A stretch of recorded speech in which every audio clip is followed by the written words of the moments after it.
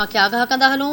कंदकोट में डोमकी बिरादरी पारां पंजाब असेंबली जे डिप्टी स्पीकर ते पीटीआई मेंबरनि जे हमले ख़िलाफ़ एहतिजाजी मुज़ाहिरो कयो वियो आहे।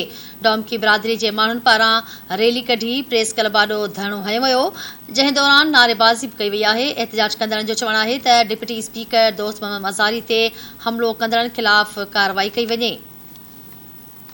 आगाह कयूं पिया। कंदकोट में डोमकी बिरादरी पारां पंजाब असेंबलीअ जे डिप्टी स्पीकर ते पीटीआई मेंबरनि जे हमले ख़िलाफ़ एहतिजाजी मुज़ाहिरो कयो वियो आहे। डोमकी बिरादरी जे माण्हुनि पारां रैली कढी प्रेस क्लब आॾो धरणो हंयो वियो आहे, जंहिं दौरान नारेबाज़ी कई वई आहे। एहतिजाज कंदड़नि जो चवणु आहे त डिप्टी स्पीकर दोस्त मोहम्मद मज़ारी ते हमलो कंदड़नि ख़िलाफ़ कार्रवाई कई वञे।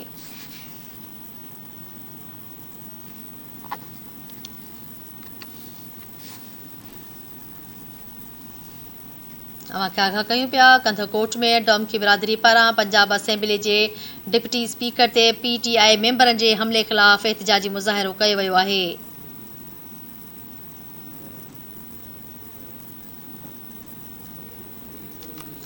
डोमकी बिरादरी जे माण्हुनि पारां रैली कढी प्रेस क्लब आॾो धरणो हंयो वियो, जंहिं दौरान नारेबाज़ी बि कई वई आहे। एहतिजाज कंदड़नि जो चवणु आहे त डिप्टी स्पीकर दोस्त मोहम्मद मज़ारी ते हमले ख़िलाफ़ कार्रवाई कई वञे।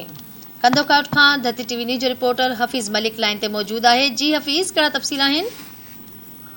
जी जेका पंजाब जी जेका डिप्टी स्पीकर सरदार दोस्त मोहम्मद मज़ारी मथां पंजाब असेंबली अंदर मेंबरनि पारां जेको हमलो कयो वियो, उन अमल ख़िलाफ़ जेका कंदकोट में जेका डोमकी बिरादरी पारां घंटा घर खां प्रेस क्लब ताईं बालाज खान डोमकी आहे, उन जी अॻुवाणी में जेका सभई माण्हुनि एहतिजाज करे नारेबाज़ी कई ऐं जेका प्रेस क्लब आॾो एहतिजाज कंदे बालाज खान डोमकी ऐं उन सां गॾु ॿिया जेके हुआ उन्हनि इहो मुतालबो कयो त पंजाब असेंबली जे डिप्टी स्पीकर सरदार दोस्त मोहम्मद मज़ारी मथां जहिड़ी रीति असेंबली अंदरि मेंबरनि पारां जेका पीटीआई मेंबरनि पारां मारकुट कई वई आहे, उन सां जेका गैर जेका मुहज़िब जेके लफ़्ज़ इस्तेमालु कया विया आहिनि ऐं उन में जेके मुलविस जेके असेंबली मेंबर आहिनि उन्हनि खे जेका फौरी तौर ते गिरफ़्तार कयो वञे।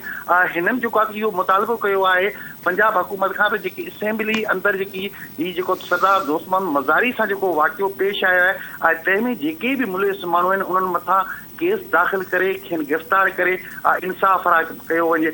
उन खां बाद जेका जेके एहतिजाज कंदड़ हुआ उन्हनि इहो बि चयो त जमहूरी अंदाज़ में जेका वॉटिंग कराइण और डिप्टी स्पीकर जी जेका कानूनी ज़िम्मेवारी जंहिं पंहिंजी ज़िम्मेवारी पूरी कई ऐं उन जे राह में रुकावटूं विझण ऐं सरदार दोस्त मोहम्मद मज़ारी मथां तशदुद करण वारो अमल क़तई तौर ते उहो क़ाबिल क़बूल न आहे ऐं मुलविस जेके माण्हू आहिनि, मुलविस जेके असेंबली मेंबर आहिनि, उन ख़िलाफ़ कार्रवाई कई वञे। जी ठीकु आहे हफ़ीज़, वॾी महिरबानी।